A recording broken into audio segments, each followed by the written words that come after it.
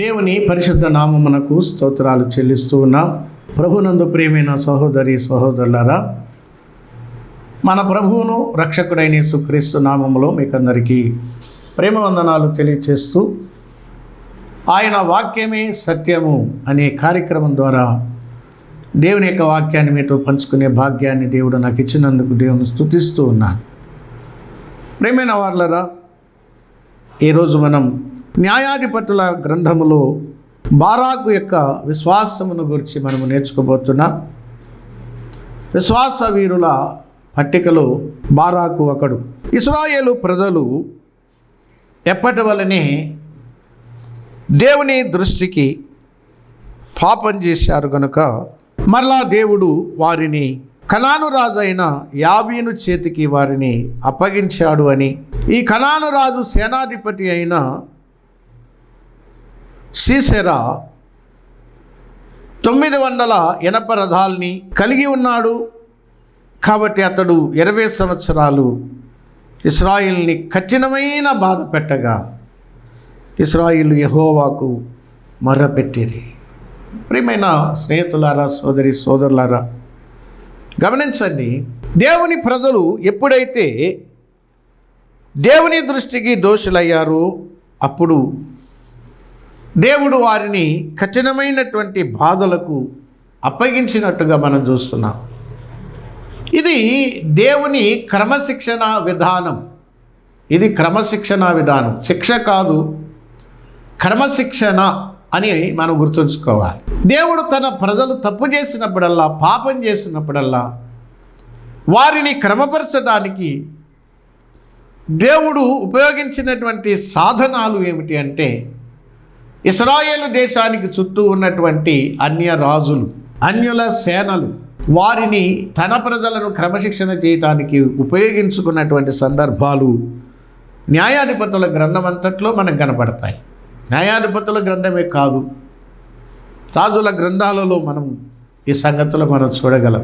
అందుచేత వారిని విమోచించడం కొరకు, వారిని ఆ బాధల నుండి, కష్టాల నుండి విడిపించడం కొరకు ఆయా సమయాలలో ఆయా వ్యక్తులను దేవుడు ఉపయోగించాడు. ఆ క్రమంలో ఉన్నవాడే బారాకు. న్యాయాధిపతుల గ్రంథం 4వ అధ్యాయము 4వ వచనం నుండి చదువుకున్నాం. ఆ కాలమున లబ్బేదోతునకు భార్య అయిన దెబోరా అను ప్రవక్త్రి ఇశ్రాయేలీలకు న్యాయాధిపతినిగా ఉండెను. ఆమె ఎఫ్రాయిముల మన్యమందలి రామాకును బేతేలుకును మధ్యనున్న దెబోరా సరళ వృక్షము క్రింద తీర్పుకై కూర్చుండట కద్దు. తీర్పు చేయుటకై ఇశ్రాయేలీలు ఆమె యొద్దకు వచ్చుచుండిరి. ఆమె నప్తాలి కెదెషులో నుండి అబీనోయము కుమారుడైన బారాకును పిలువనంపించి అతనితో ఇట్లనెను, నీవు వెళ్ళి నఫ్తాలీలలోను జెబూనీలలోను 10,000 మంది మనుషులను తాబోరు కొండ యొద్దకు రప్పించుము. నేను నీ దగ్గరకు యాబీను సేనాధిపతి అయిన సీసెరాను, అతని రథములను, అతని సైన్యమును కీషోను ఏటి యొద్దకు కూర్చి నీ చేతికి అతనిని అప్పగించదనని ఇశ్రాయేలు దేవుడైన యెహోవా సెలవిచ్చు ఉండలేదా అని దెబోరా చెప్పగా, బారాకు, నీవు నాతో కూడా వచ్చిన ఎడల నేను వెళ్ళదను, కానీ నీవు నాతో కూడా రాని ఎడల నేను వెళ్ళనని ఆమెతో చెప్పాను. అప్పుడు ఆమె, నీతో నేను అగత్యముగా వచ్చేదను, అయితే నీవు చేయు ప్రయాణం వలన నీకు ఘనత కలగదు. యెహోవా ఒక స్త్రీ చేతికి సీసెరాను అప్పగించునని చెప్పి తాను లేచి బారాకుతో కూడా కెదెషునకు వెళ్ళెను. బారాకు జెబూనీలలోను నఫ్తాలీలను కెదెషునకు పిలువనంపించినప్పుడు 10,000 మంది మనుషులు అతని వెంట వెళ్ళిరి. దెబోరాయు అతనితో కూడా పోయాను. ప్రియులారా, ఇక్కడ న్యాయాధిపతుల గ్రంథములో ఒక కాలములో లబ్బీదోతునకు భార్య అయిన దెబోరా అనే ఒక స్త్రీ ప్రవక్త్రినిగా ఇశ్రాయేలు ప్రజలకు న్యాయాధిపతిగా ఉండింది. అయితే న్యాయాధిపతినిగా ఉండినటువంటి స్త్రీ యుద్ధానికి వెళ్ళకూడదు కనుక ఈమె బారాకు అనేటువంటి ఒక యవనస్తుని పిలిచి, దేవుడు నీ చేతికి వారిని, నీ శత్రువులను అప్పగించుచున్నాడు, ఫలానా స్థలములో సీసెరాను అతని రథాలని దేవుడు నీకు అప్పగిస్తున్నాడు అని బారాకుతో దెబోరా చెప్పినట్టు మనం ఇక్కడ చదువుకున్నాం. చూడండి, 12 నుండి మనం చూసినట్లయితే, అబీయోము కుమారుడైన బారాకు తాబోరు కొండ మీదికి పోయెనని సీసెరాకు తెలపబడినప్పుడు, సీసెరా తన రథములన్నిటినీ, తన 900 ఇనప రథములను అన్యుల హరోషెతు నుండి కీషోను వాగు వరకు తన పక్షముగా ఉన్న సమస్త జనమును పిలిపింపగా, దెబోరా, లెమ్ము, యెహోవా సీసెరాను నీ చేతికి అప్పగించిన దినం ఇదే, యెహోవా నీకు ముందుగా బయలుదేరును కదా అని బారాకుతో చెప్పినప్పుడు, బారాకు ఆ 10,000 మంది మనుషులను వెంటబెట్టుకొని తాబోరు కొండ మీద నుండి దిగివచ్చెను. బారాకు వారిని హతము చేయునట్లు యెహోవా సీసెరాను అతని రథములన్నిటినీ అతని సర్వసేనను కలవరపరచగా, సీసెరా తన రథము దిగి కాలినడకను పారిపోయెను. బారాకు ఆ రథములను, సేనను అన్యుల హరోషెతు వరకు తరువుగా సీసెరా యొక్క సర్వసేనయు కత్తివాత కూలెను, ఒక్కడైనను మిగిలి ఉండలేదు. బారాకు యొక్క విశ్వాసం. ప్రవక్త్రిగా ఉన్నటువంటి దెబోరా మాట బారాకు నమ్మాడు. ప్రవక్త్రిగా పిలువబడుతున్నటువంటి దెబోరా ద్వారా దేవుడు సెలవిచ్చినటువంటి మాట నమ్మాడు. ఆమె ఒక స్త్రీ అయినా గమనించండి, అది దేవుని మాట. స్త్రీల ద్వారా కూడా దేవుడు మాట్లాడతాడు అనేది మనకి ఇక్కడ అర్థమవుతుంది. అందరూ కాదనుకోండి, కొంతమంది స్త్రీలను దేవుడు ఆయా సందర్భాలలో ఆయా రీతులుగా వాడుకున్న మాట వాస్తవం. అయితే బారాకు నీవు స్త్రీవి అని చిన్న చూపు చూడకుండగా ఆ స్త్రీ ద్వారా, ఆ ప్రవక్త్రి ద్వారా దేవుడు సెలవిచ్చినటువంటి మాటను బారాకు నమ్మాడు. ప్రియులారా, నమ్మాడు అనడానికి రుజువు ఏంటంటే, దెబోరా ద్వారా దేవుడు సెలవిచ్చిన మాట ప్రకారంగా బారాకు చేశాడు.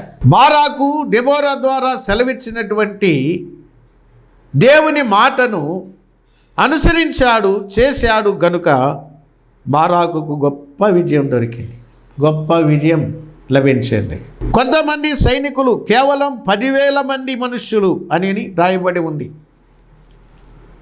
బారాకు సైన్యం 10,000 మంది అయితే సీసెరా సైన్యం లక్షల మంది ఉన్నారు. ప్రియులారా, అతనికి 900 ఇనప రథాలున్నాయి.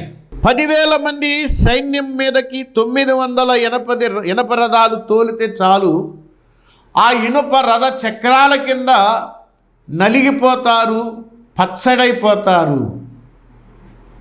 కానీ దేవుడు బారాకు ద్వారా దేవుడు గొప్ప జయాన్ని వారికి అనుగ్రహించాడు. 900 ఇనప రథాలు మాత్రమే కాదు, ఇంకా అనేక రథాలు సీసెరాకు ఉన్నాయి, అనేక మంది సైనికులు ఉన్నారు. అయినా కానీ 10,000 మంది సైన్యముతో బారాకు వారందరినీ కత్తివాత కూల్చివేసెను అనే మాట చూస్తున్నా. ఒక్కడైనను మిగిలి ఉండలేదు. అబ్బా, ఎంత గొప్ప విజయం ప్రియులారా! నమ్ముట నీ వలనైతే నమ్మవానికి సమస్తము సాధ్యమే అని ప్రభు ఏనాడో చెప్పాడు. ప్రభు మాటను నువ్వు నమ్మాలి, కానీ ప్రభు మాటను నువ్వు నమ్మితే, ప్రభు మాట ప్రకారంగా గనక నువ్వు జీవించినట్లయితే నీకు విజయమే. శత్రువు ఎంత బలవంతుడైనా, శత్రు సేన ఎంత విస్తారమైనదిగా ఉన్నా, శత్రువు నీకంటే అనేక రెట్లు గొప్ప సంఖ్యలో సైనికులున్నా, కేవలం 10,000 మందితో దేవుడు విజయాన్ని ప్రసాదించాడు. కారణం ఏమిటంటే విశ్వాసమే. బారాకుకు దేవుని మాట పట్ల కలిగి ఉన్న విశ్వాసమే. ప్రియమైన వారలారా, ఆలోచన చేయండి. దేవుని మాటను మనం ఎప్పుడైతే నమ్మి ఆయన మాటకు విధేయత చూపిస్తామో అప్పుడే మనకు విజయం. అప్పుడే మన ఎదుట దేవుడు గొప్ప కార్యాలు చేస్తాడు, అద్భుతాలు చేస్తాడు. ఆనాడు చేసిన దేవుడు ఈనాడు చేస్తాడు. దేవుడు మారిపోలేదు. దేవుడు నిన్న నేడు ఒక్కటే రీతిగా ఉన్నాడు, ఒక్కటే రీతిగా ఉంటాడు. మారని దేవుడు, మాట తప్పని దేవుడు, వాగ్దానం చేసిన దేవుడు, నమ్మదగిన దేవుడు, చేసిన వాగ్దానం ప్రకారంగా ఆయన నెరవేర్చే దేవుడు. వారిని నీకు అప్పగిస్తాను అన్నాడు, అప్పగించాడు. ప్రియులారా, ఇక్కడ 10,000 మంది లక్షల మందిని ఎలాగ ఓడించారు అంటే చూడండి, ఇక్కడే 14వ వచనం నుంచి చూసినట్లయితే, దెబోరా, లెమ్ము, యెహోవా సీసెరాను నీ చేతికి అప్పగించిన దినము ఇదే, యెహోవా నీకు ముందుగా బయలుదేరును కదా అని బారాకుతో చెప్పినప్పుడు, బారాకు ఆ 10,000 మంది మనుషులను వెంటబెట్టుకొని తాబోరు కొండ మీద నుండి దిగి వచ్చెను. బారాకు వారిని హతము చేయునట్లు యెహోవా, చూడండి, సీసెరాను అతని రథములన్నిటినీ అతని సర్వసేనను కలవరపరచగా దేవుడు సైన్యాన్ని కలవరపరిచాడు. సైన్యాధిపతి అయిన సీసెరా రథం దిగి పారిపోయేటట్లు చేశాడు. ఎంత అద్భుతం ప్రియులారా. ఇక్కడ మనం ఇంకొక సంగతి కూడా గమనించాలి. 14వ వచనం మళ్ళా చదువుతున్నాను చూడండి. దెబోరా అంటుంది, లెమ్ము, యెహోవా సీసెరాను నీ చేతికి అప్పగించిన దినము ఇదే. రేపు కాదు, మరలా ఇదే మిక్కిలి అనుకూల సమయం, ఇదే రక్షణ దినం, ఇప్పుడే ఇదే దినం. ఈ దినమే దేవుడు నీ చేతికి శత్రువును అప్పగించబోతున్నాడు. ఈ దినమే నీవు సువార్త ప్రకటించు. ఈ దినమే దేవుని మాట నెరవేర్చు. ఈ దినమే దేవుడు చెప్పింది చెయ్యి. ఈ దినమే ఆ దినం ఇదే. నువ్వు చేయాల్సిన దినం ఇదే. నువ్వు మార్పు చెందాల్సిన దినం ఇదే. మనసు మార్చుకోవలసిన దినం ఇదే.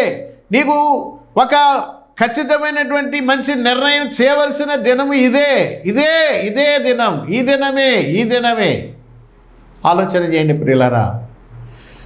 ఆ దినము ఇదే అన్నాడు దేవుడు దెబోరా ద్వారా. వేరొక దినము కాదు, ఆ దినము ఇదే. ఎంత మంచి మాట ప్రియులారా. ఈనాడు దేవుని ప్రజలని పిలువబడుతున్న వారు ఒక నిర్ణయం చేయడానికి, మనసు మార్చుకోవడానికి, ఒక తీర్మానం చేయడానికి వాయిదాలు వేస్తున్నారు. వాయిదాలు తగదు. విశ్వాసములో వాయిదాలు లేవు. విశ్వాసములో దేవుడు చెప్పింది వెంటనే చేయడమే.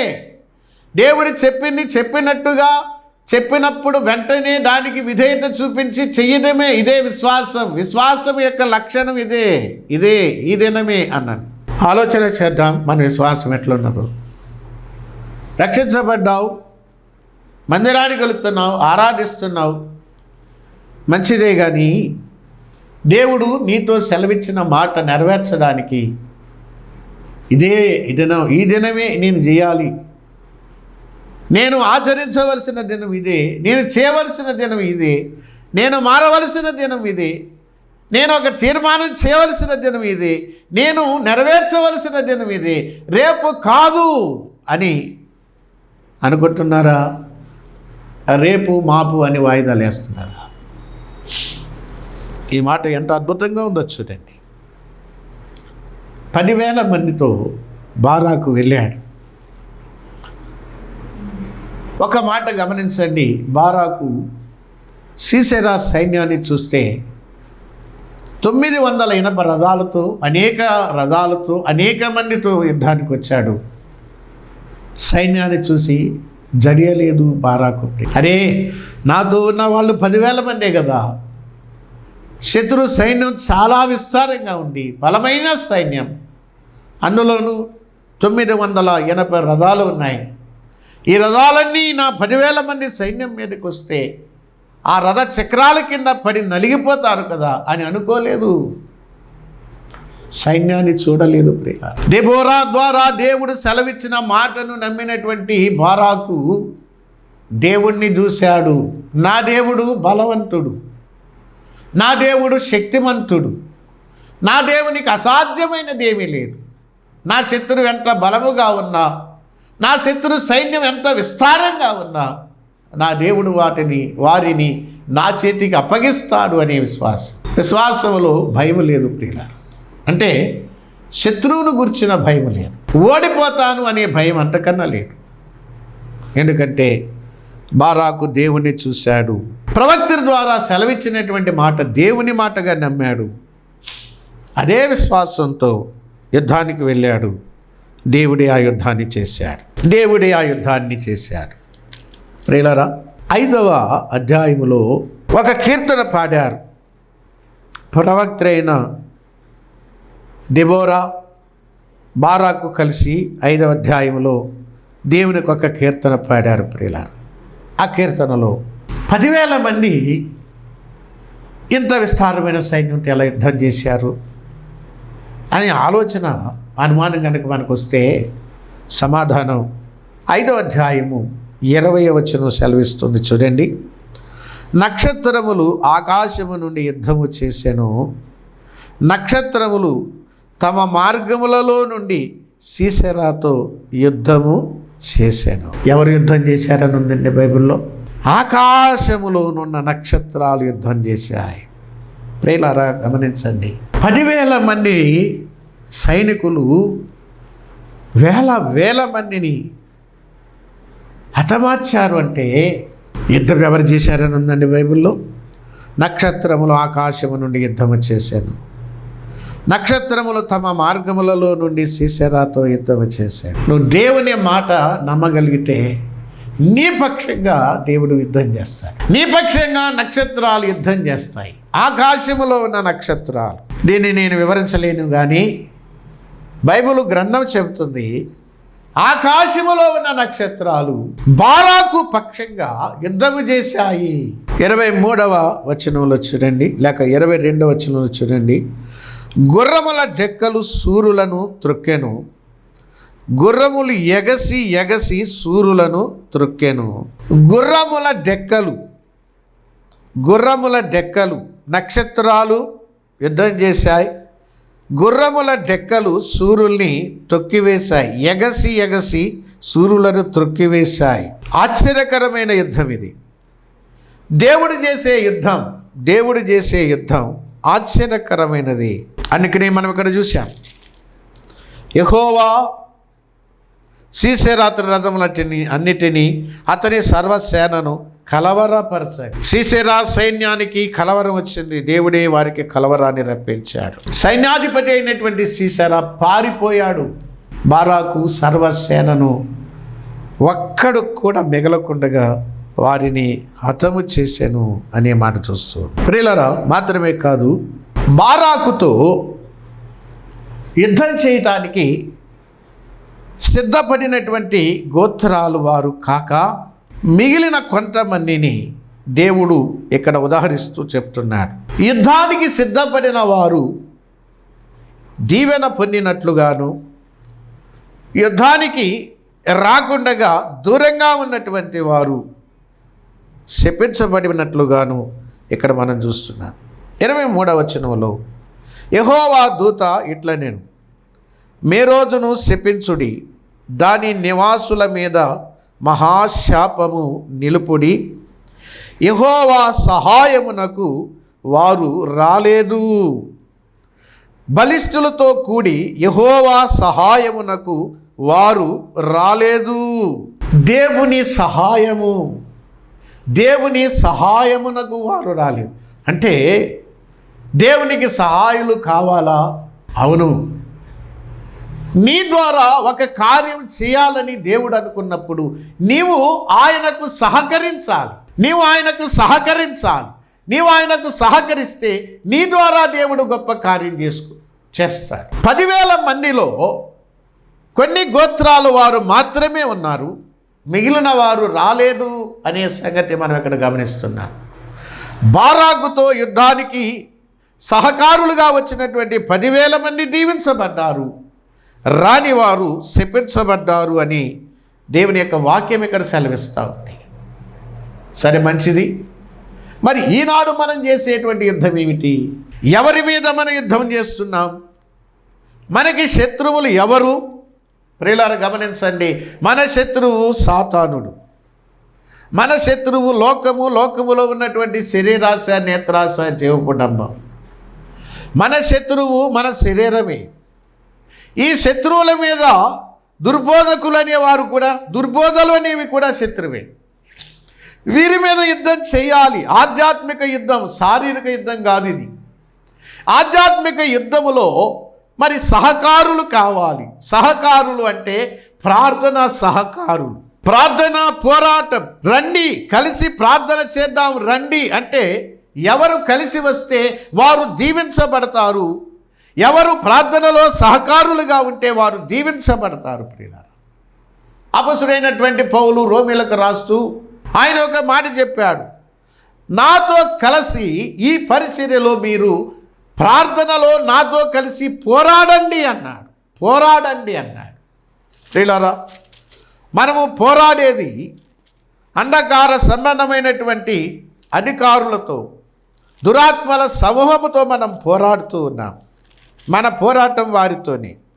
అందుకని రోమాపత్రిక 15వ అధ్యాయము 30వ వచనంలో ఉన్న ఆ మాటలు మనం చదువుకుందాం. చూడండి, సహోదరులారా, నేను యూదయలో ఉన్న అవిధేయుల చేతిలో నుండి తప్పింపబడి యెరూషలేములో చేయవలసి ఉన్న ఈ పరిచర్య పరిశుద్ధులకు ప్రీతికరమగునట్లును నేను దేవుని చిత్తం వలన సంతోషంతో మీ యొద్దకు వచ్చి మీతో కలిసి విశ్రాంతి పొందునట్లును మీరు నా కొరకు దేవునికి చేయు ప్రార్థన యందు నాతో కలిసి పోరాడవలెనని మన ప్రభువైన యేసు క్రీస్తును బట్టి ఆత్మ వలని ప్రేమను బట్టి మిమ్మును బతిమాలుకొనుచున్నాను.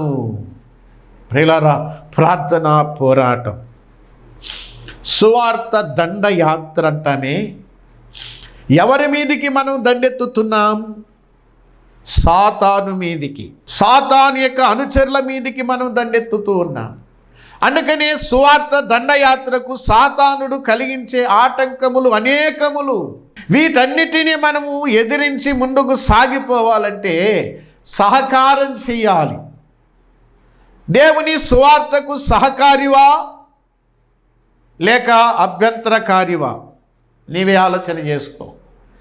దేవుని సువార్తకు వ్యతిరేకంగా ఒక్క మాట పలికినా అది అభ్యంతరకారివే.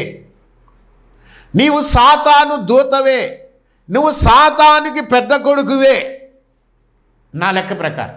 సువార్తకు సహకారం చేయండి, ప్రార్థించండి, సహకరించండి, సువార్తను ప్రోత్సహించండి. సువార్త పరిచర్యలో ప్రత్యక్షంగానైనా పరోక్షంగానైనా పాలు పంపులు పంచుకోండి. ఇది నీకు దీవెన, ఇది నీకు దీవెన. సువార్త పనిలో నీవు దేవుని పరిచర్యకు సహకారిగా ఉండాలి అని దేవుని యొక్క వాక్యం చెబుతుంది. బారాకు చేసినటువంటి యుద్ధములో ఇశ్రాయేలీల 12 గోత్రాల వారిలో కొంతమంది దేవుని సహాయానికి రాలేదు అని బైబిల్ చెప్తా ఉంది. ప్రియులారా, యెహోవా సహాయమునకు వారు రాలేదు. బలిష్ఠులతో కూడి యెహోవా సహాయమునకు వారు రాలేదు. ఈ మాట పట్టుకోండి ప్రియులారా. నీకు నిజంగా దీవెన కావాలంటే నీవు సువార్తకు సహకరించు, సువార్తకు సహకరించు, ఈ యుద్ధంలో సహకరించు, నువ్వు ప్రార్థించు, ప్రార్థనలో పోరాడు. ఇదే దేవుడు నీవు ఇవ్వవలసిన నీ సహకారం, నీ వంతు నీ సహకారం. దేవుని సేవలో, దేవుని పరిచర్యలో, దేవుడు జరిగించే యుద్ధంలో నీ సహకారం, నీ సహాయం నువ్వు అందిస్తే నువ్వు దీవించబడతావు, నువ్వు ఆశీర్వదించబడతావు. ఈ మాటలు చదువుతూ ఉండగా ఆలోచన చేయండి ప్రియులారా. కొంతమంది చూడండి సహకారులయ్యారు. 13వ వచనం 5వ అధ్యాయం 13వ వచనం న్యాయాధిపతుల గ్రంథంలో, ప్రజల వీరులలో శేషించిన వారును కూడి వచ్చిరి. శూరులలో యెహోవా నాకు సహాయము చేయవచ్చెను, శూరులలో యెహోవా నాకు సహాయము చేయవచ్చెను. అమాలేకుల్లో కాపురమున ఎఫ్రాయిమీలును, నీ తరువాత నీ జనులలో బెన్యామీనులను, మాకీరు నుండి న్యాయాధిపతులను, జెబూలీనుల నుండి నాయక దండము వహించు వారును వచ్చిరి. ఇశ్రాఖారీయులైన అధిపతులు దెబోరాతో కూడా కలిసి వచ్చిరి. ఇశ్రాఖారీయులను బారాకును అతివేగముగా లోయలోనికి చొరబడిరి. రూబేనీయుల కాలవల యొద్ద జనులకు గొప్ప హృదయ ఆలోచనలు కలిగెను. మండల ఈలలను వినుటకు నీ దొడ్ల మధ్యను నీవేళ నివసించితివి. రూబేనీయుల కాలువల యొద్ద జనులకు గొప్ప యోచనలు కలిగెను. గిలాదు యోర్దాను అద్దరిని నిలిచెను. దానీయులు ఓడల దగ్గర ఏల నిలిచిరి. ఆషేరీయులు సముద్ర తీరమున తమ అఖాతముల యొద్ద ఏల నిలిచిరి.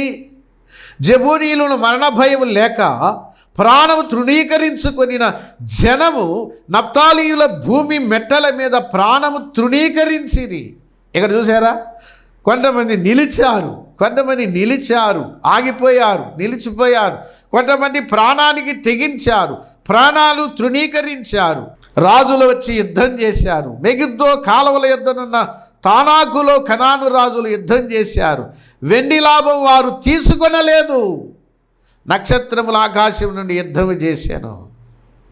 ప్రియులారా గమనించండి, వెండి లాభమును వారు తీసుకొనలేదు. ఈనాడు సువార్తకి సేవకి రమ్మంటే ఈవులు వాళ్ళు వీళ్ళకి మంచి భోజనాలు పెట్టాలి. వీళ్ళకి వెండి లాభమును వారు ఆశించకుండగా వారు యుద్ధానికి వచ్చారు. ప్రాణాలకు తెగించి ప్రాణాలను తృణీకరించి వారు యుద్ధానికి వచ్చారు. సువార్త సేవకు ఎట్లా రావాలి? ఈవిని అపేక్షించి కాదు, ఆశతో కాదు, ఆసక్తితో రావాలి. అపేక్షించి కాదు, ఆశతో రావాలి. దేవుని సేవకు ఇటువంటి వారు కావాలి. ప్రియులారా, ఎన్నో సంగతులు అధ్యాయంలో మనం చూడవచ్చు, కానీ కొన్ని సంగతులు సమయాభావాన్ని బట్టి మనము ధ్యానం చేస్తున్నాం. ప్రియులారా, దేవుని సహాయం కొరకు నీవు దేవుని సేవకుడువా? అయితే నువ్వు దేవుని సహాయకుడువా, సాతానుకు సహాయకుడువా? దేవుని సేవకుడని చెప్పుకుని సాతానుకు సహాయం చేసేవాళ్ళు ఉన్నారు ఈనాడు.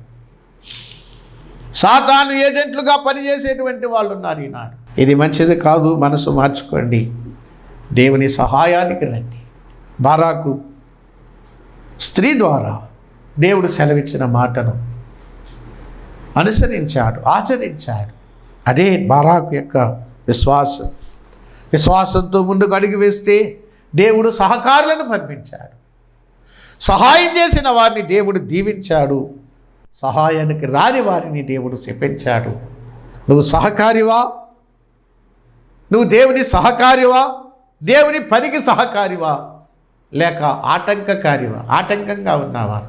ఆలోచన చేసుకుని నిర్ణయం చేసుకోండి. పరిశుద్ధుడా, ప్రేమగల తండ్రి, మీరు సెలవిచ్చిన మాటలు మా హృదయంలో భద్రంగా దాచుకొని వాటిని నెమరు వేసుకుంటూ నీకు సహకారులుగా, నీ సేవకు సహకారులుగా ప్రాణాలను త్యజించి లాభాన్ని అపేక్షించకుండా, ఏది ఆశించకుండా నా ప్రభు సేవ అని చెప్పి ప్రాణాలను కూడా లెక్క చేయకుండా నీ పనిలో సహకారులుగా ఉండే భాగ్యం మాకందరికీ దయచేయమని మా రక్షకుడు ప్రభు అయిన యేసుక్రీస్తు నామమును బట్టి స్తుతులర్పించి వినయంతో వేడుకుంటున్నాము తండ్రి.